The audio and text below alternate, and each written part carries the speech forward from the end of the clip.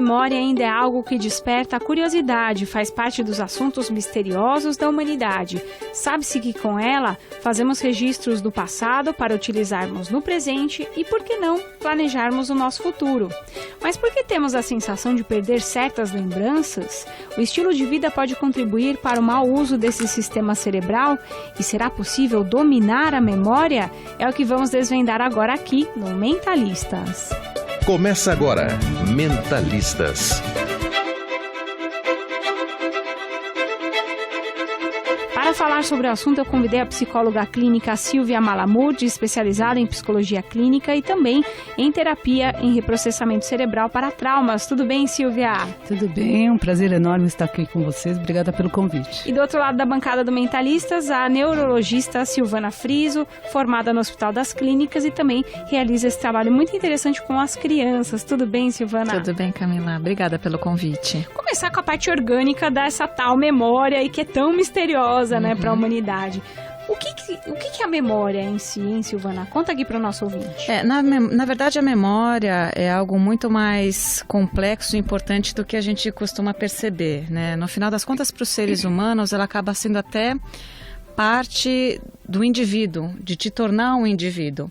Gêmeos idênticos, por exemplo, não têm a mesma memória, né? Então, isso individualiza as pessoas, né?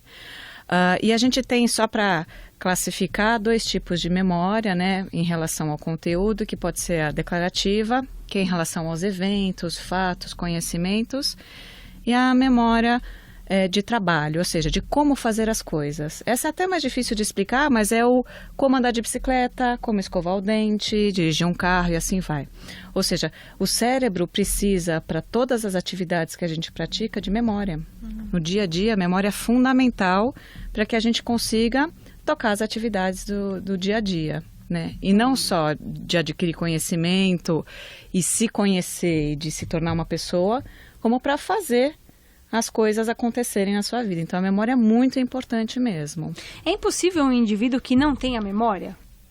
Essas pessoas têm pessoas que têm comprometimento na memória, e aí tem uma outra faceta da memória que a gente pode classificar em relação ao tempo, que pode ser memória de curta duração, memória de longa duração. Então, dependendo de qual memória afetada, traz um impacto na vida da pessoa, né? Então, a gente sabe que as pessoas que têm a memória de curta duração afetada são aquelas pessoas que às vezes, e é muito comum isso, principalmente nas demências, chegam no consultório, mas não lembra como chegou. Mas lembra até do que comeu ontem. Então, assim, a vida fica cheia de gaps, de falhas. Em relação à memória de longa duração, é ainda mais prejudicial, porque a memória de longa duração é o que te faz gravar os fatos da sua vida. No final das contas, tudo que você percorreu. Então, você ter uma perda de grande parte dessa memória prejudica muito a qualidade de vida da pessoa. Ô Silvia, falando na questão da terapia mesmo com memória, né? E muito assim se pensa, né, que as pessoas mais velhas são as que vão ter mais problemas de perda de memória. Mas eu vejo muita gente que tem muitas tarefas para fazer e acabam esquecendo as memórias mais simples, né? O que você fala a respeito disso, hein? Então, a gente trabalha muito dentro disso que você está falando com a questão do estresse, somado à questão emocional. Né? Quando a Silvana falou sobre a perda da memória linear de uma vida inteira, a gente está falando aqui dentro dos termos de psicologia, na questão da identidade. Então, muitas vezes a pessoa fica dissociada de algumas memórias por questões emocionais e a identidade dela ela vai tomando outros rumos. Então, o processo terapêutico ele vai para resgatar essas memórias. Então, e ele vai reconectando essas redes neurológicas aí para ter acesso a essa memória total. E tem que ser algum trauma importante? Por exemplo, a pessoa perdeu um emprego, perdeu um parente querido, ou não necessariamente? Esses eventos podem ocorrer a perda de memória, até pelo impacto da emoção, mas existem outros eventos ao longo da vida que eles vão gradativamente fazendo a pessoa esquecer de certos acontecimentos, até para poder seguir em frente com os recursos que ela tem. mas é claro que fica faltando pedaços da pessoa para ela estar mais completa, para ela estar mais dinamizada naquilo que ela... Muitas vezes a pessoa se propõe a fazer um monte de coisas e falta subsídios nelas, memórias nelas, para ela conseguir as conquistas que ela deseja, tanto emocionais como práticas. É fácil identificar isso no manejo clínico também, Silvana? Qual tipo de memória, sim, né? O que está causando, a causa mais comum de perda de memória é a depressão. E graças a Deus é a causa mais fácil de tratar no sentido de resgatar a memória, porque não leva à perda dos neurônios.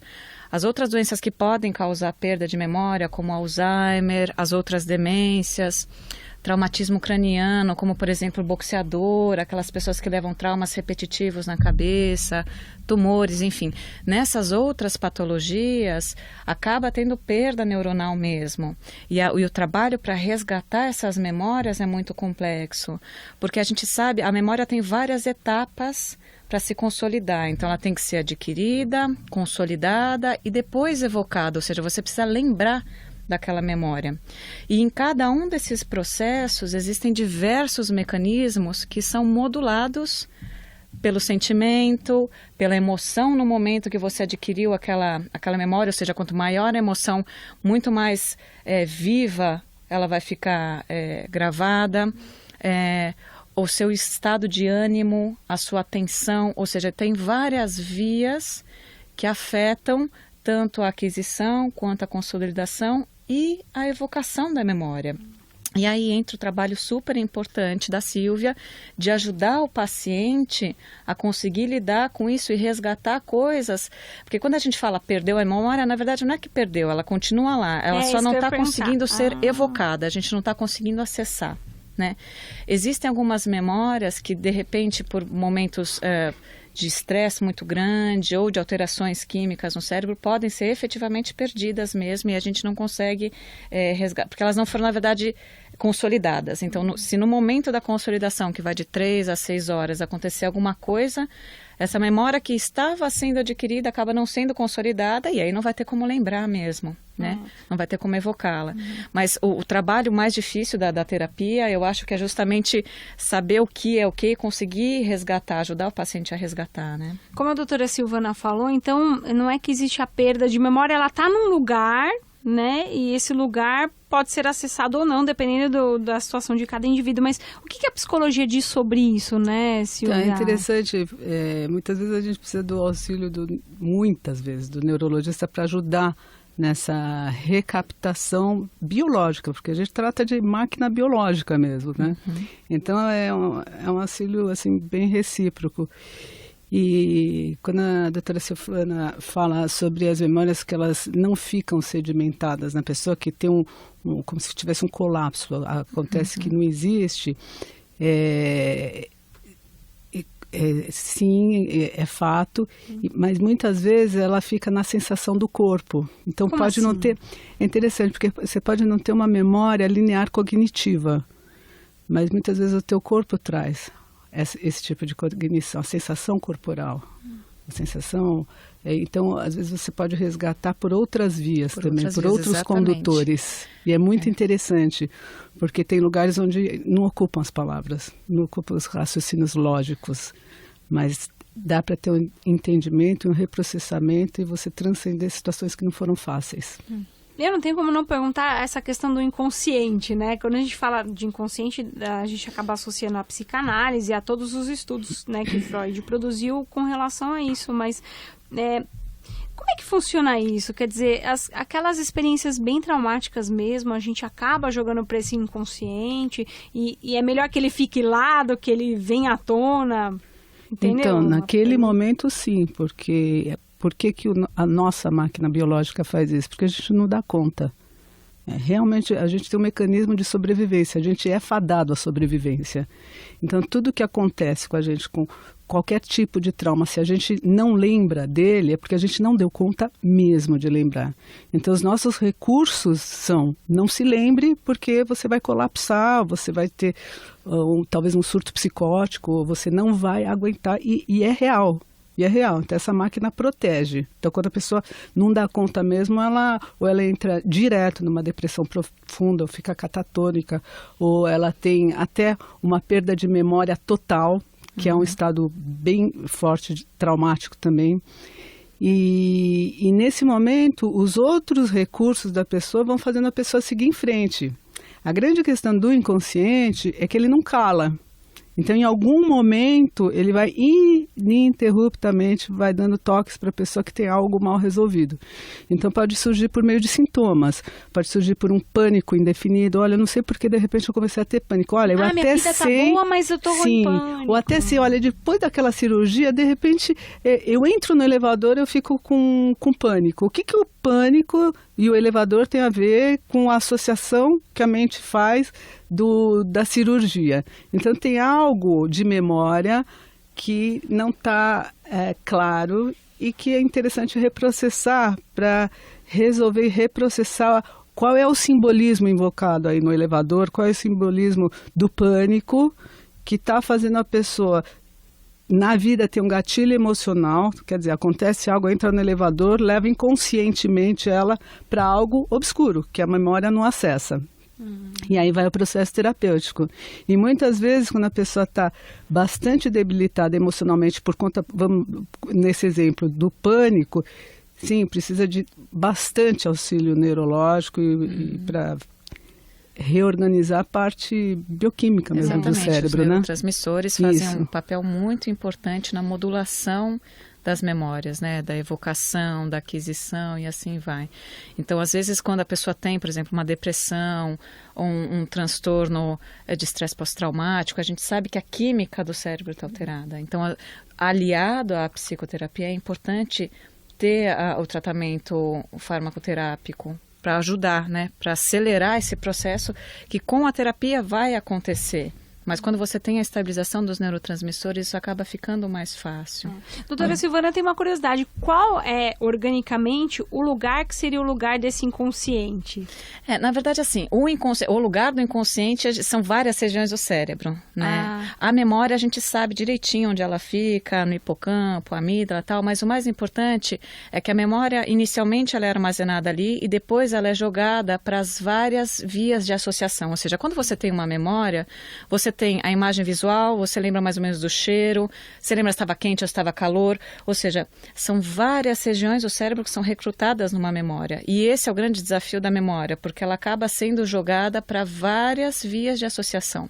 Então, para você resgatar, isso que a Silvia falou da sensação é muito real, porque às vezes você tem... Eu lembro que eu abracei a minha babá, ela cuidou de mim há 35 anos atrás, e eu não havia 35 anos, e quando eu a abracei, eu senti um negócio que eu falei, estou em casa. Eu sabia quem ela era. Apesar de não reconhecê-la visualmente, porque eu tinha 2 anos de idade quando ela cuidou de mim, enfim, a hora que eu a abracei, eu falei, é ela. Ou seja, era uma memória que estava lá latente em mim, eu sabia o nome dela, mas quando eu a vi, eu não a reconheci, mas quando eu a abracei, eu senti. Aí veio a memória, eu falei, puxa, é ela. Puxa, que interessante muito isso, legal. né? Que a doutora Silvana legal, fala, né? que eu já falei aqui no ar para os nossos ouvintes em várias oportunidades, essa coisa dessa... É como se fosse uma memória afetiva que a gente tem. É memória afetiva, então você exatamente, sente um cheiro de um bolo de cenoura, Isso. você se lembra da avó. Você sente um perfume, você lembra do primeiro namoradinho. E por aí vai. Não tem limite para memória, hein, Silvia? Não tem limite, não tem limite. Você está falando de um exemplo e agora me lembrei de um exemplo, vou falar um exemplo... Nossa, sua memória. Olha, e associativa, as lembranças são associativas, né? E a gente estava falando assim dessas memórias que elas ficam escondidas, né? Então essa memória aí, olhando, ela estava escondida, né? Tava. Ela apareceu no toque, talvez no cheiro, exatamente. no cheiro, na sensação, né? E tem um evento que eu costumo contar que é pessoal, que é do MDR, é a terapia de reprocessamento cerebral que a gente faz. E a gente estava com um grupo do pessoal do MDR, das pessoas que eram os professores, nós estávamos juntos num, tipo, um petit comitê, né? E a presidente lá do MDR na época falou assim, olha, vamos fazer um pouco uma com a outra, a gente vai treinar, e a gente se separa e vai fazendo. E eu faço meu processo terapêutico, eu falei assim, puxa, eu não tenho nem ideia do que eu posso fazer de reprocessamento aqui. Aí a Esli, na época, falou assim, não, por que você não faz aquela cirurgia que você fez? Sempre tem alguma coisa escondida e tal. E eu falei assim, bom, essa é uma cirurgia que eu fiz, que eu estava com mioma, e foi uma cirurgia super tranquila, super. Entrei, fiz, saí, sabe aquelas cirurgias limpas? Super fácil. Eu falei assim, imagina, eu não tenho nada para fazer em relação a essa cirurgia, nada. E ela fazia, sempre tem, né, intuitivamente. Bom, aí fui fazendo essa abordagem de reprocessamento e a gente vai dando pulsos. E a gente reproduz a fase REM do cérebro, só que acordado. Então você vê os eventos como se fosse fases de um sonho. A gente pega a parte mais impactante e é a abordagem que eu trabalho, uma das, né? E aí vai vindo as memórias de modo linear, de acordo com as associações que o cérebro faz para reprocessar algum evento que ficou mal parado.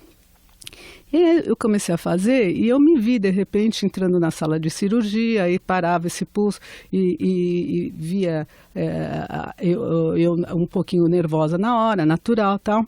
E aí eu falei assim, bom, tudo bem, acabou esse reprocessamento, está tudo certo, né? Aí eu pensava, não, continua, pode ser que aconteça alguma coisa, vamos até o fim, não acabou, né? Aí tá bom, foram fazendo, de repente, eu levei o maior susto. Porque eu me vi na mesa da sala de cirurgia, supostamente eu deveria estar com anestesia, e eu me vi abrindo o olho lá, e eu vi a luz totalmente acesa. E aí alguém falando, dopa ela, porque eu não sei se era dopa, o que falaram lá, para assim. Algo nesse sentido, para eu dormir de novo. Ela acordou, um negócio assim. Se é dela, não é dopa, acho que era será.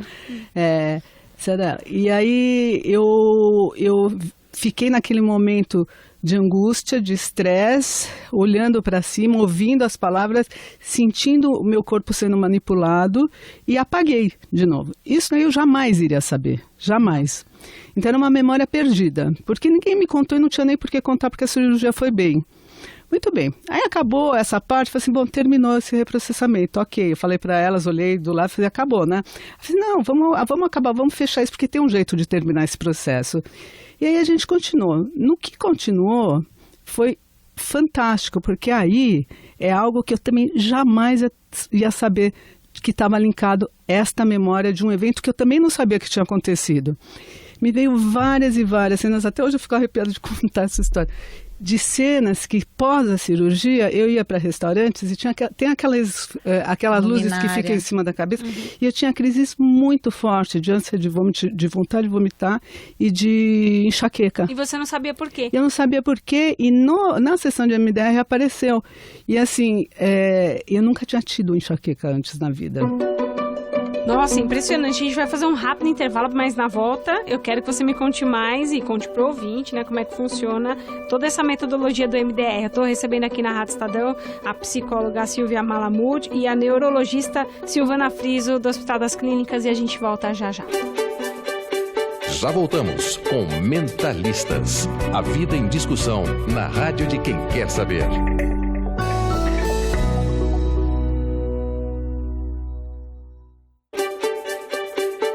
Você ouve Mentalistas com Camila Tulinski.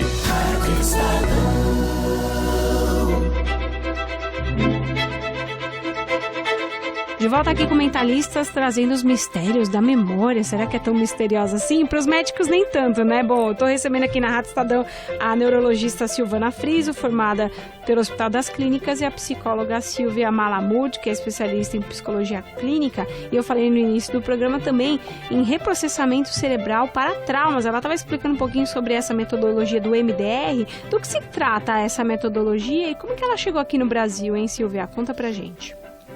Então, ela veio por conta da doutora Francine Shapiro. Ela descobriu isso daí quando ela estava com um conflito andando num parque, e ela viu que pela passada dos pés dela e o olhar dela que ia para um lado e para o outro, ela estava com um conflito e ele foi se solucionando. A partir daí, ela foi fazer o doutorado dela, mestrado, e ela viu realmente as associações que tem com o movimento rápido dos olhos que a gente tem na fase REM do sono, que é um movimento mecânico e que ele vai misturando os hemisférios cerebrais, onde você não fica nem tão lógica, nem tão emocional, nem tão intuitivo, e você fica com um eu, que a gente chama do eu onírico, né? Onde você começa a reprocessar através dos seus sonhos os conteúdos emocionais que não estão bem digeridos ao longo do dia. Então o cérebro, a nossa máquina biológica, vai tentando, por modo simbólico, reprocessar esses conteúdos. Então você pode ter um sonho repetitivo de várias maneiras que são simbolismos de situações que você tem na tua vida atual que está embutido de questões emocionais para você resolver. Então, no MDR, você faz isso acordado. Então, você fica com a atenção dual. Mas é possível fazer isso acordado? E como é que é isso na prática? Conta aqui para o nosso ouvinte que não pode. Você reproduz o movimento dos olhos ou movimentos bilaterais. Então, você faz a mecânica do cérebro e tem todo um protocolo para ser feito, que é como se fosse um campo cirúrgico. Então, você abre um espaço cirúrgico que tem o teu tipo de pensamento no evento, o teu tipo de sensação, de sentimento. A gente abre o campo e deixa o cérebro reprocessar porque ele está fadado à cura. Se você se corta, no teu DNA tem uma cicatrização.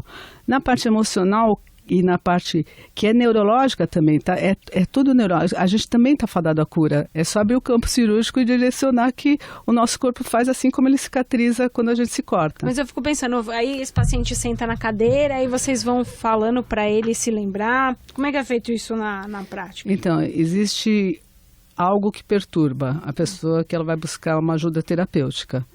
E essa questão perturbadora, que pode ser um grande trauma, pode ser alguma questão pessoal, emocional dela, que a gente sempre entende que tem uma situação traumática que deixa a pessoa com alguma dificuldade ao longo da vida. Então, a gente faz um campo dessa perturbação e tem todo um jeito de fazer, e a partir daí a gente vai dando os pulsos de movimento bilateral.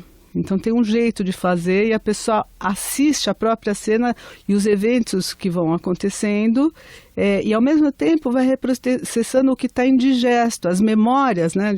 Como a doutora Silvana falou, as memórias que ficaram mal paradas, mal digeridas, elas surgem memórias totalmente, como eu estava falando anteriormente, que são totalmente esquecidas e elas vêm com todo o impacto emocional daquele momento que o organismo não deu conta de entrar em contato e reprocessar, porque realmente não deu conta, e naquele momento está vindo porque você está com todo o suporte para dar conta disso. Então, às vezes tem reações emocionais, tem situações que são assim muito impactantes, e complexas e que vão reprocessando e você vai zerando questões e todos os seus recursos vão tomando posse de você. Eu assisti um filme esses dias no cinema, não vou lembrar qual era o nome do filme, mas depois eu lembro e passo aqui para o nosso ouvinte, mas a dinâmica era assim, era um soldado de guerra americano, então ele colocava um óculos desses de realidade aumentada. E aí ele ia falando e ele ia descrevendo a cena. E aí no computador as pessoas iam programando a cena exata. Então eu estava no Jeep com três outros colegas soldados no deserto, lá no Iraque. Então ele vai falando e ele vai falando dos sons e a pessoa vai criando, vai programando ele tudo dentro da realidade aumentada, revivendo aquela cena que seria mais ou menos isso, né? O reprocessamento desses momentos vividos ou de episódios traumáticos, né? Existem cirurgias que podem ser feitas para acessar isso também ou isso não é muito usual? Não, cirurgia não. A gente não... Com cirurgia... O que se tem começado agora é tentar fazer pulso magnético, né? Então, com estimulação transcraniana, você faz os pulsos de onda magnética para justamente tentar modular essas vias que estão atrapalhando. Porque o que acontece? Quando você faz esse tipo de tratamento, você não consegue acessar, você não vai tão a fundo para saber o motivo, mas você consegue segurar tudo aquilo que vem em volta. Então, por exemplo... numa síndrome de pânico, a pessoa não sabe por que tem, mas tem taquicardia, sudorese, passa mal, tal, enfim. Quando você faz a estimulação transcraniana, você consegue fazer com que esses efeitos todos fiquem menor.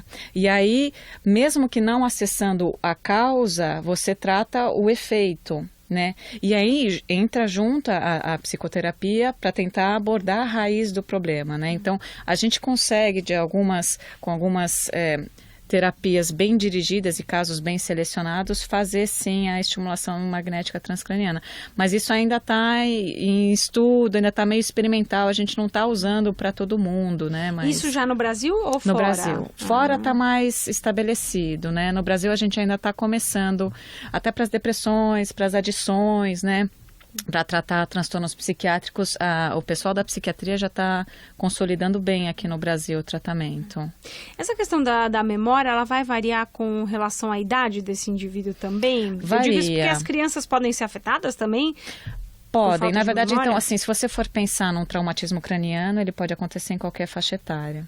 Só que o grande sinal da memória é que para você tê-la, você tem que ter vivido bastante. Então, o impacto de perda de memória para quem tem 5 anos e para quem tem 70, às vezes é maior, né, se você for ver pela proporcionalidade. Mas em relação às crianças, num traumatismo, numa epilepsia, enfim, isso atrapalha e aí a memória tem outra faceta, que é o aprendizado. Então, essas crianças começam a ter dificuldade escolar, porque para você aprender, você precisa ter memória. Né?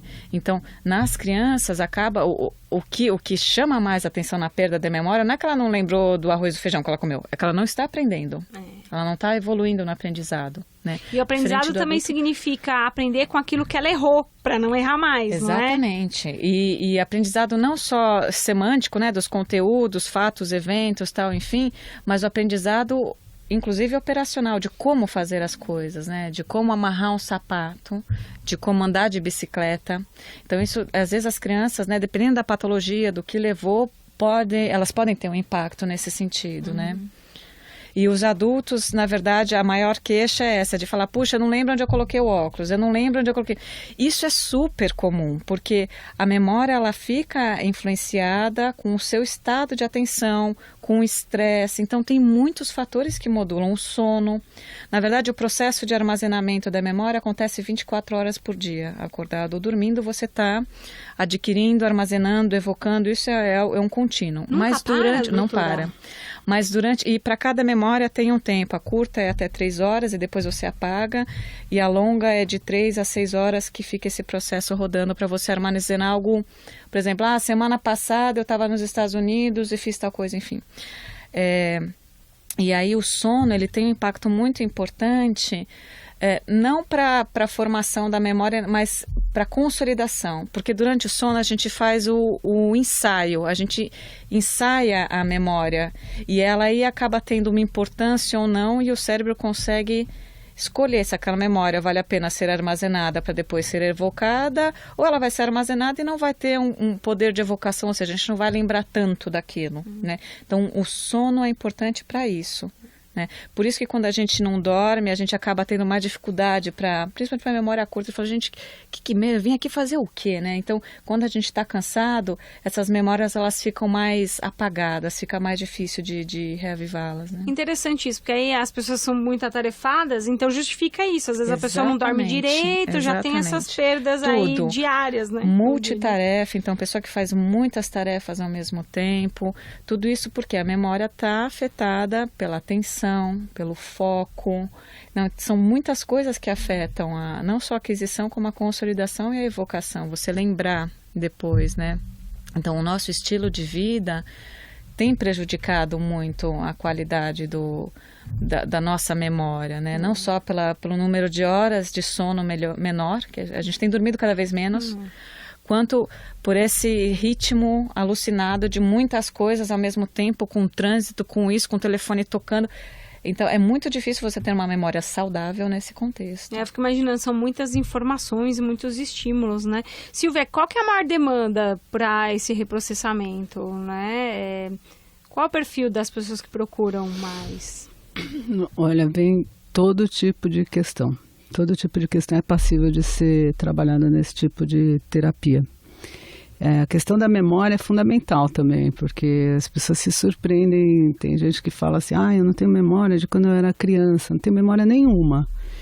e de repente dá uns saltos fantásticos para essas memórias aí que estão aí armazenadas e tem motivos bastante importantes para elas não aparecerem. E elas estando num lugar seguro, já reprocessadas, aí elas começam a surgir.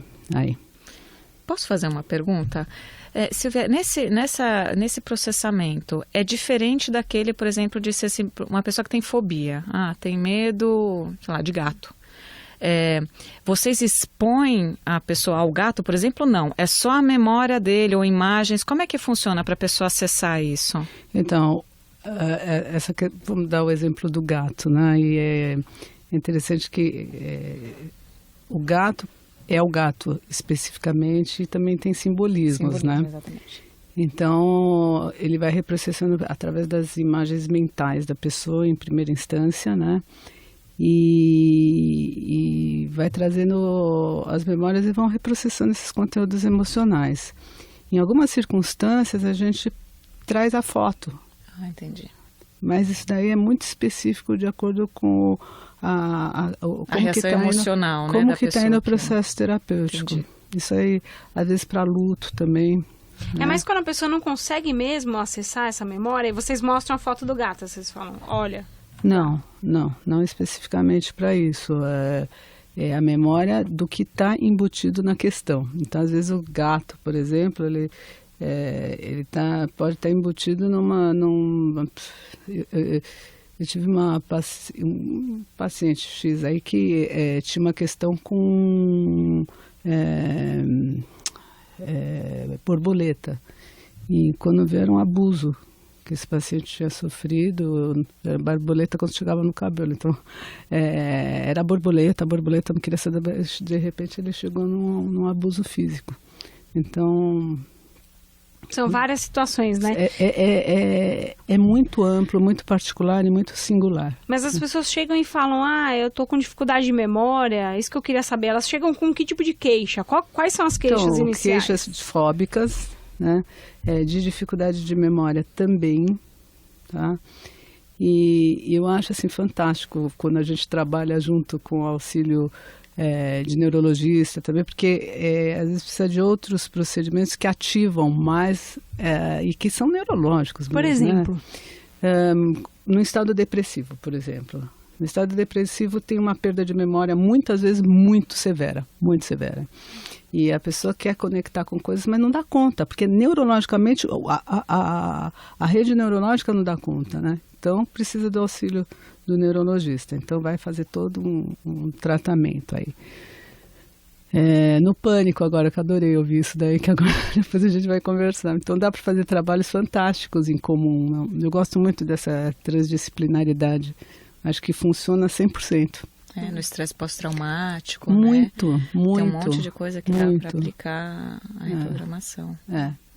Tem alguma contraindicação? Pessoas que não podem fazer esse procedimento? Então, a princípio, logo no início, quando eu comecei com esses estudos de reprocessamento, o pessoal falava muito de pessoas que têm transtornos dissociativos graves, né? E hoje em dia a gente trabalha com estados de ego, né? Então, com os pedaços das pessoas, a gente fala com cada pedaço, com cada eu da pessoa. Ou quando a pessoa é muito psicótica, que ela pode ter um surto psicótico e de repente ela sai totalmente. Então tem que saber como que você está lidando com o paciente, você tem que ter bastante conhecimento para saber lidar. Então existem casos assim que a gente trabalha inclusive com pessoas que têm transtorno psicótico, tem psicopatias. Tem casos que são mais difíceis, assim, da pessoa ter acesso, mas não só numa abordagem de reprocessamento cerebral, mas como qualquer tipo de terapia. Eu estou recebendo aqui na Rádio Estadão a psicóloga Silvia Malamud, que é especializada em psicologia clínica e também em reprocessamento cerebral para traumas, e a neurologista Silvana Friso, com formação no Hospital das Clínicas. Doutora Silvana, é possível que o nosso cérebro armazene falsas memórias? Porque a gente já falou sobre isso aqui ao longo da programação. Às vezes sai, vez ou outra, um artigo científico aí fora do Brasil falando, olha, a pessoa tem uma falsa memória. né? E muitas vezes, eu não sei se o nosso ouvinte teve essa impressão ou se alguém aqui já teve, mas de olhar uma foto da infância e você ter a nítida sensação que você se lembra de ter estado ali, mas você não esteve, por exemplo, ou daquilo que as famílias vão contando, as histórias, né, da família, de geração para geração.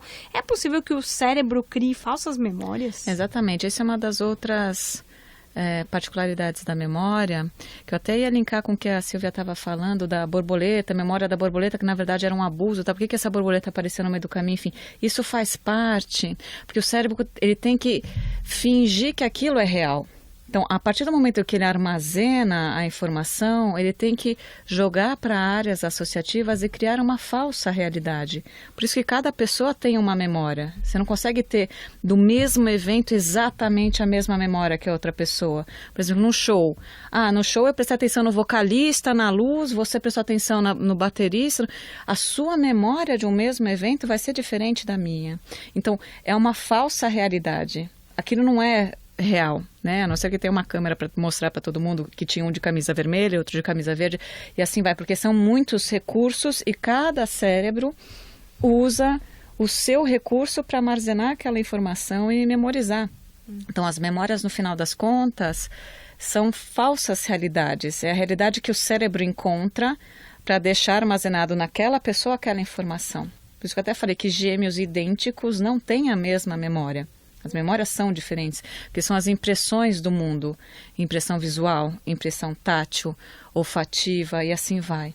Então isso varia de pessoa para pessoa e ainda por cima é modulado por toda aquela rede de neurotransmissores, tanto de serotonina, dopamina, os neurotransmissores relacionados com emoção de medo, de felicidade e assim vai. Então tudo isso influencia na memória e isso faz com que a gente possa ter, sim, falsas memórias.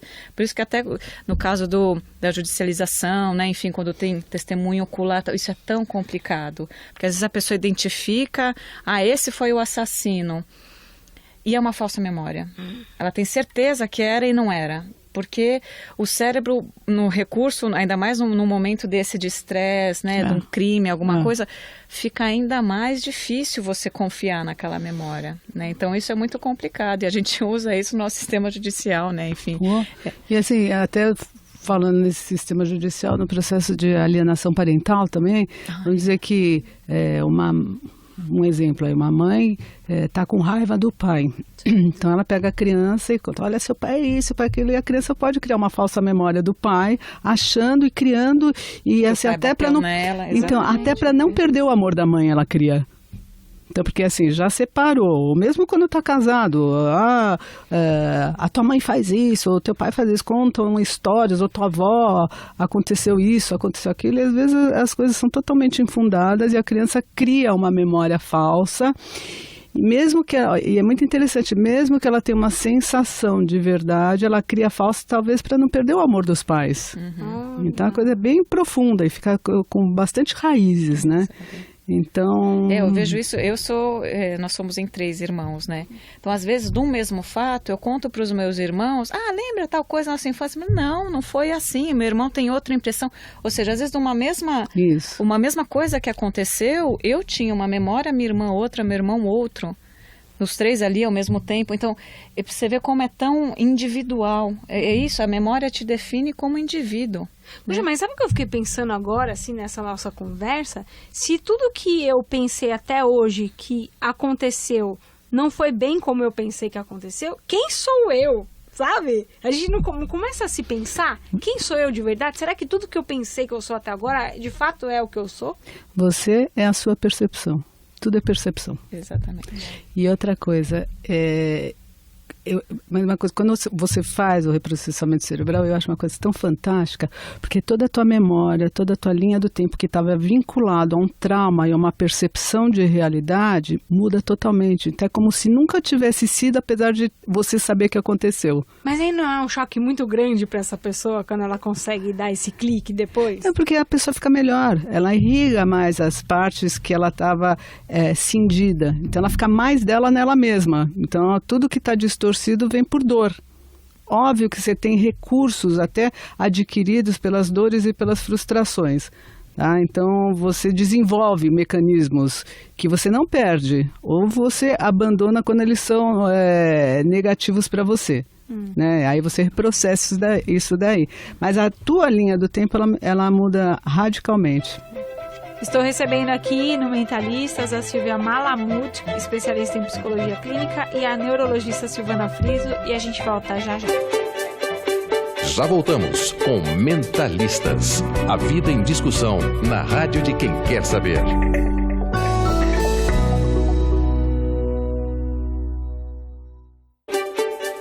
Você ouve Mentalistas.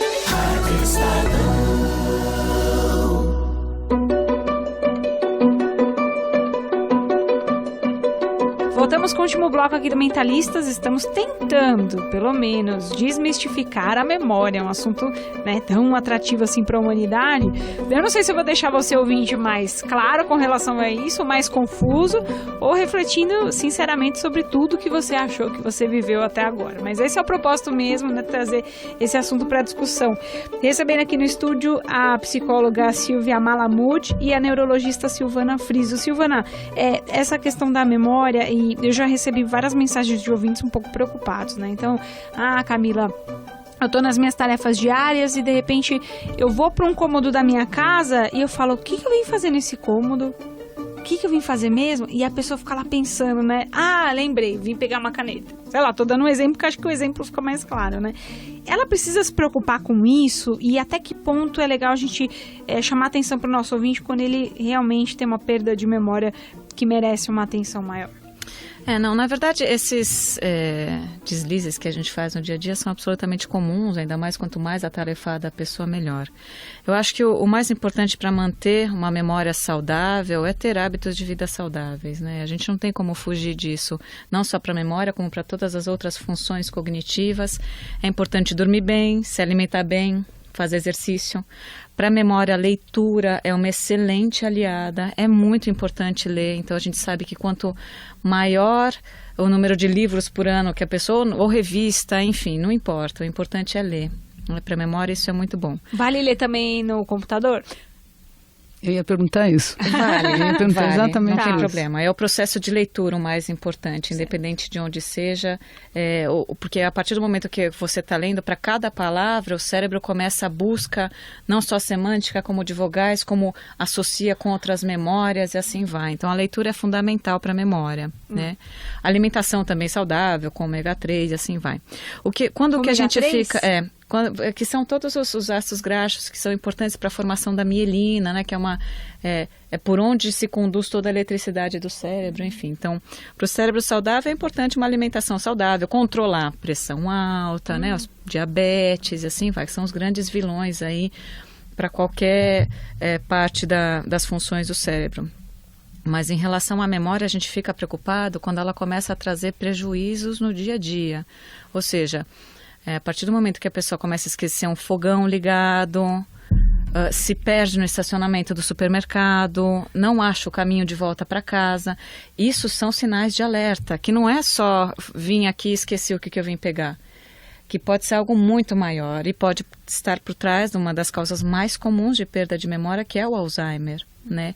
E o Alzheimer tem formas precoces, né? Inclusive aquele Para Sempre Alice é um filme que mostra uma mulher jovem, super intelectual e que acaba aos 50 anos tendo uma perda de memória. E isso, assim, é absolutamente devastador. Existem algumas terapias, tanto medicamentosas quanto psicoterapia, para a gente tentar diminuir o ritmo, né, de instalação da doença, ou seja, quanto antes fizer o diagnóstico, melhor, né, assim como para todas as doenças, mas quando tem um prejuízo na qualidade de vida, no funcionamento da pessoa, isso é doença e aí precisa ser tratado. É importante que os familiares estejam atentos, porque às vezes quem está perdendo a memória atribui a outras coisas. É porque eu estou estressado. Não é porque se ela faleceu o meu marido. Sempre tem um porquê. E é importante que os familiares estejam atentos para esses deslizes que são mais do que deslizes, né? Que começam a prejudicar mesmo as atividades do dia a dia. Isso não precisa ser só ficar atento às pessoas de mais idade, Não. até as crianças. Por que eu falo das crianças? Porque às vezes os adultos não levam muito a sério, né? A criança tem uma queixa e acho que a criança está inventando. A criança, o principal fato é o aprendizado, né? Quando a criança começa a derrapar muito nas aquisições, né? Ou seja, ela não se equipara a seus pares, isso precisa ser uma atenção para os pais.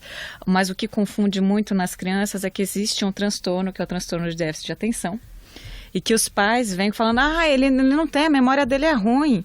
Eu pergunto onde você deixou o seu sapato, ele não lembra. Onde ele não lembra. E não é, isso é falta de atenção. A criança não prestou atenção nem no que a mãe estava falando. Quanto mais onde deixou o sapato. O que é uma coisa completamente diferente da memória. Porque se você for perguntar para aquela criança, o desenho, qual personagem anima... Lembra tudo. Lembra a história do filme, lembra o nome dos personagens. Ou seja, a memória da criança está perfeita. A atenção dela é que não está. E isso acaba tendo impacto na memória, porque ela não está retendo que ela não está prestando atenção, né? Então, às vezes os pais vêm com queixa, a criança está com dificuldade na memória. Na verdade, é falta de atenção e existe uma doença que todo mundo já conhece, que é o transtorno de déficit de atenção, que pode vir associado à hiperatividade ou não. E aí, quando não tem a hiperatividade, ele é mais difícil de diagnosticar. Né?